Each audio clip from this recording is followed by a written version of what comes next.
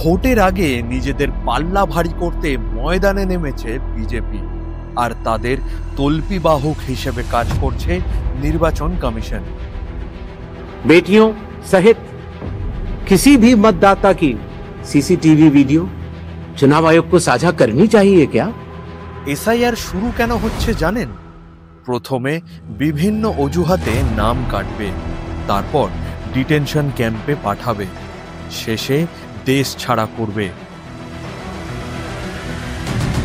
देश कोई धर्मशाला नहीं है।